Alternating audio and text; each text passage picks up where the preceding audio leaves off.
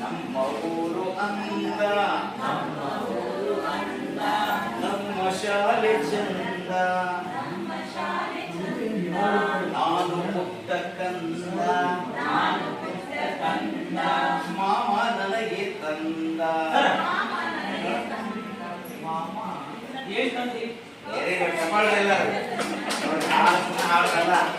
ಏನಿರ್ಬೇಕು ಯೋಚನಾ ಶಕ್ತಿ ಇದೆ ಆ ಕಣ್ಣನಿಗೆ.